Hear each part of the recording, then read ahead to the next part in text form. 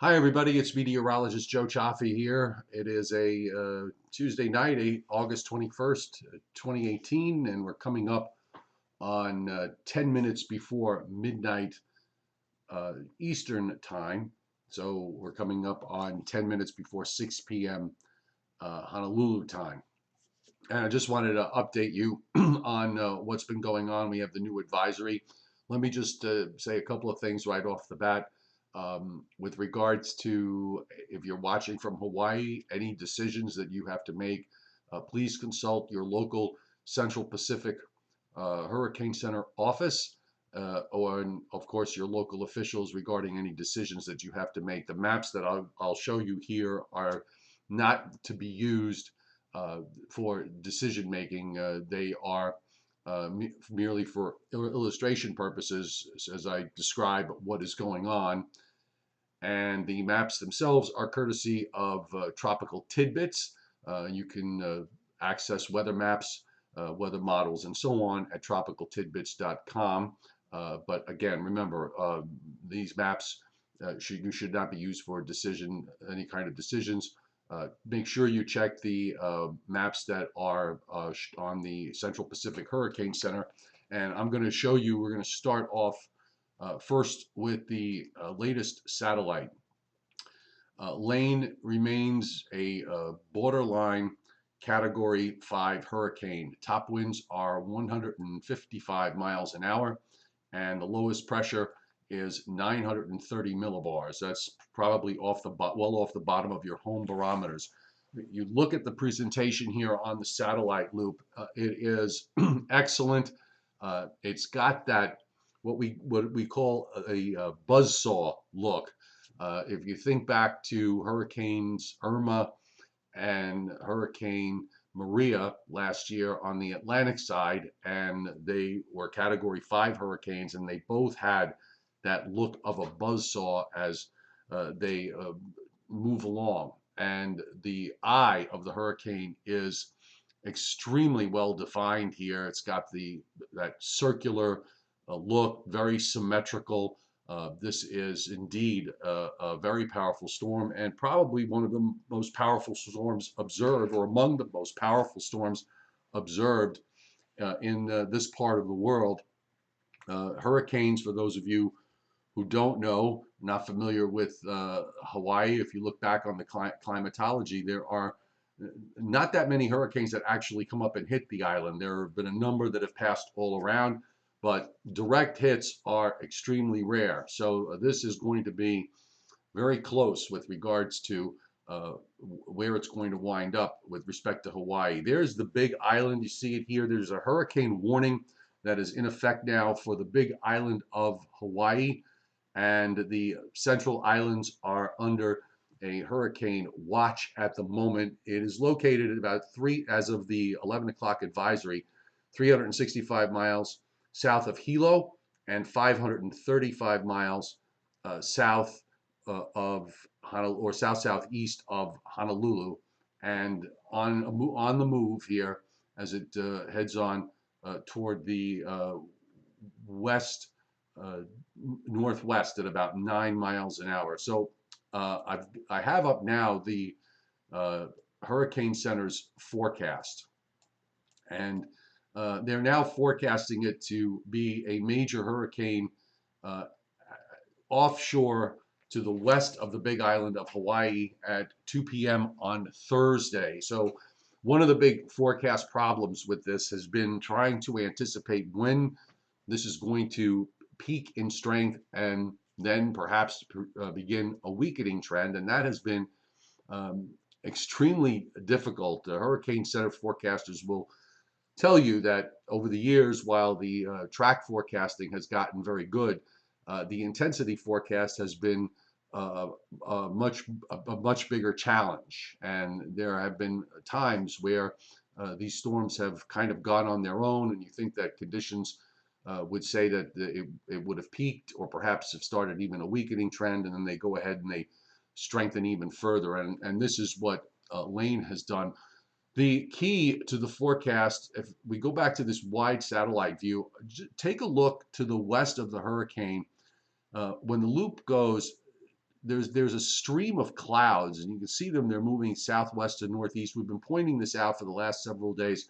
There is an upper air trough out here that is producing wind shear, strong winds in the upper atmosphere, and that's something that hurricanes don't like. When they get in that kind of environment, they tend to weaken and get ripped apart because those stronger winds in the upper atmosphere blow off the tops of the thunderstorms and cause the storm to become disorganized. Well, up until now, it has avoided that wind shear, and this is going to be key. If that wind shear area doesn't increase in the area over the islands, or if it winds up relaxing, or perhaps the trough that's responsible for that weakens or moves further to the west, that will delay any sort of weakening here. So it certainly appears that Lane is going to remain a major hurricane for a longer period of time as it moves west-northwest and then turns towards the northwest. Here is the advisory. This is the advisory from yesterday, and the 11 p.m. from Honolulu time, just to see if it freshened up. So here's the new advisory here, the new forecast map that goes out extended to a longer period of time. And you can see that the hurricane is going to turn west-northwest and then northwest. And then as it weakens, the circulation is going to respond to the lower level winds in the atmosphere and hook back toward the west. Most of the models have this idea, so it's really, it's kind of hard to fight, even though it does look a bit unusual. The other thing that is going to happen is that the terrain, being mountainous on the Hawaiian Islands, will also disrupt the circulation to some degree. So that may aid in the weakening process. That and the ocean water temperatures, which while they are warm, they are not as warm as they are down near 15 north, which is where the storm is now, actually 14.5 north, 154.0 west on the last advisory. Okay, here are the hurricane track models, and they all have that hook to the right. Most of them keep it offshore and then hook it back to the left, south of the islands. There are a few that track this very close to the big island, and then in some of the islands that go out further to the west. So the models there are a couple of outliers. You see one that's way out to the south and goes well offshore. The others are all fairly tightly clustered, at least into Thursday, before they start to diverge a little bit. At least this map illustrates to you the dilemma that forecasters have when it comes to trying to figure out the exact track, because ultimately that is going to determine the kind of land impacts that you have. And as I said earlier, you do not use this map to make any sort of decisions. We'll take a look. We should have enough of the new GFS, which is just out, and we'll bring up the Central Pacific. You can take a look at where it's at. Now, this is only out through 36 hours here on this map. I'll start it back from the beginning so you can get a flavor of the motion, and I'll center it back just a bit better here. And there you have it. As it turns northward, the GFS insists that this hurricane is going to come extremely close to the big island of Hawaii. And then notice that the pressure, I'm just going to watch those pressure numbers. They're not going to reflect, obviously, the GFS has a 970 millibar pressure here, and the actual pressure is down at 40 millibars lower, 41 millibars lower at 929. So it's the direction that I think is most important, and it does weaken it once it gets near the big island, and actually weakens it fairly rapidly. And as it does weaken, you get that hook back to the west. The GFS model has been very, very consistent here with this idea. And all along, the main issue has been the fact that the ridge to the north, there's an upper high to the north of the storm. We've been trying to figure out how strong it was going to be. The GFS had the strongest part of the high much further to the north. So the entire area here is under a weak flow. And there's also a trough to the northeast of it that's in a way it's creating that weakness in between and allowing this to turn northward. Usually there's a upper high in this position northeast of Hawaii, but or the trough would be so deep that this thing would have turned up to the north a whole lot sooner. But that is not the case this time around, and you can see the result of it, that we wind up with this hurricane getting very, very close to the Hawaiian Islands. So the bottom line here is that there is still a great deal of uncertainty regarding the track and the strength of this and how it is ultimately all going to play out for Hawaii. But we'll just, of course, we're going to continue to watch this very, very closely and see how it all eventually evolves. And we'll be on top of this with regards to what's going to be happening. We'll be keeping an eye on this right through the next couple of days. Let me just come to the boards for everybody here. Mark Carroll and Lady Boxrocks, good evening to you. No hurricane threats for the Northeast, Mark Carroll, at least not yet. There are some increasing signs in the models that we are going to finally start to see activity pick up in the Atlantic Basin, which has been in the major developed region anyway, which has been very, very quiet up until now. Pro the G Paranormal Florida. Hi, Joe. Come East Coast, Gulf Coast, no big hurricanes, at least not yet. We head to September with no monster hurricane, and yes, the hurricane, no hurricane this year. Well, we got a long way to go in terms of the season as we're heading into the peak. Again, I would expect activity to pick up. We'll see what happens when we get into the month of September. Always smiling. Good to see you here. It's been a long time since you've been in the chat. Yes, correct. Troy Padilla, you are on Oahu. I'm wondering if you can tell me maybe what is going on there. How are people treating this and reacting to it? Michelle Kitco, aloha from Kauai. Hello, aloha. If Lane is picked up by the trade wind flow and it moves out west early on, so doesn't that imply less of the threat to the northern islands? It might, if it weakens fast enough, it'll hook back to the west faster. The answer to your question is a very cautious yes. There's still a lot of uncertainty with this. I think the greatest uncertainty in my mind is going to be the actual weakening. Are the models overdoing it? Are they overplaying the wind shear? That is going to be a very, very important factor here. Probably much more important, I think, than the ocean water temperatures, and perhaps somewhat more important than the disruptive terrain in terms of it being disruptive to the circulation.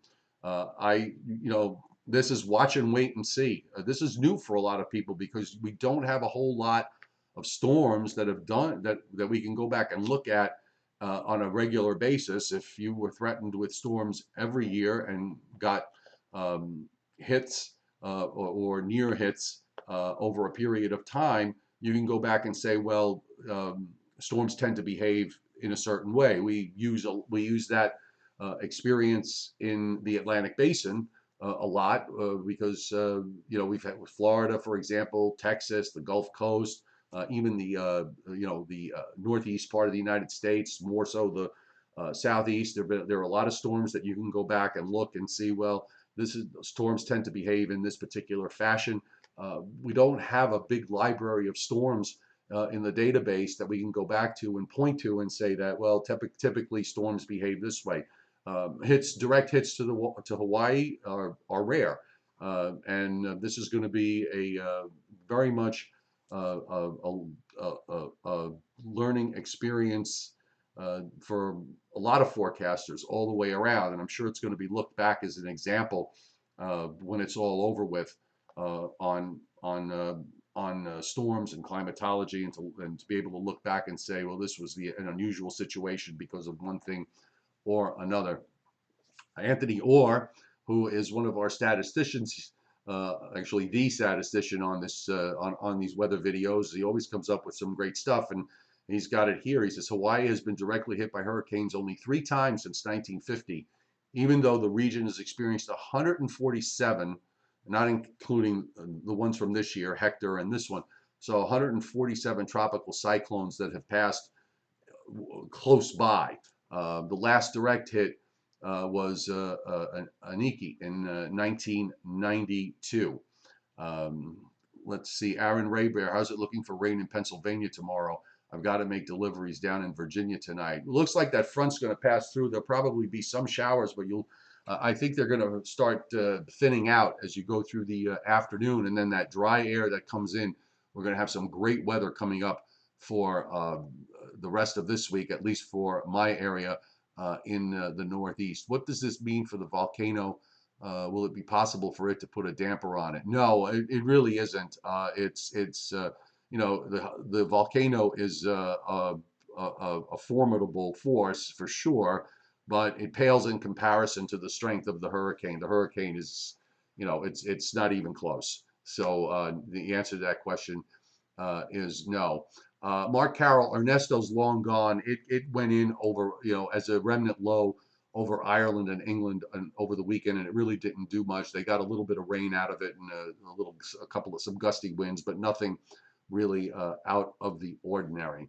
And aloha to Cato in Hawaii.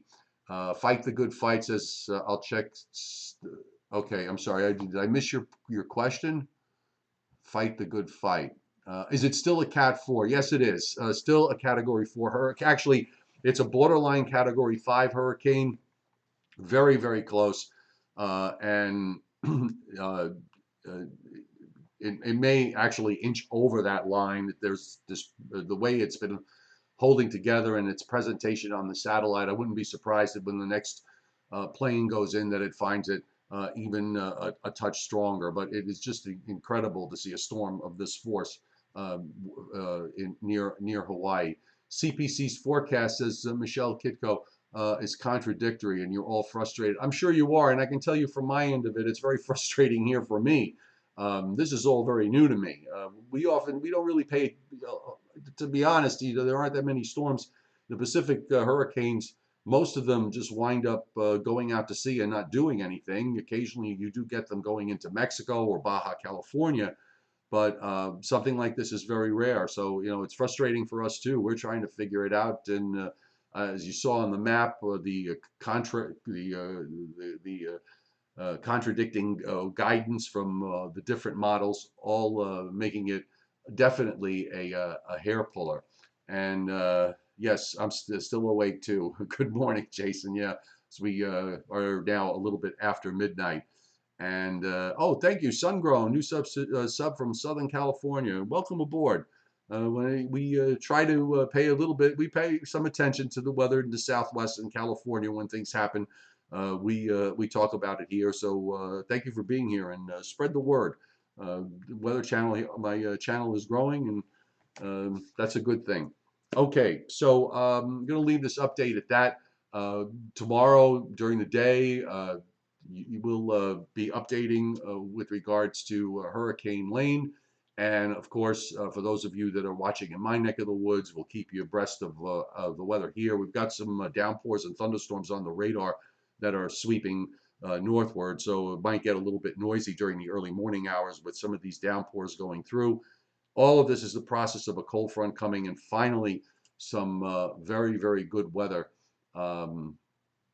before some very, very good weather comes in with low humidities and sunshine for the rest of the week and into the weekend before the heat comes back, probably for early next week. Last time Hawaii got with a Category 4 or 5, well, Iniki was a Category 4 that came up from the south and formed in the Central Pacific back in 1992. And as I recall, that went over the Western Islands, and there was considerable damage from that. This is the first the first direct threat that I can remember for Hawaii for a Category 4-5 hurricane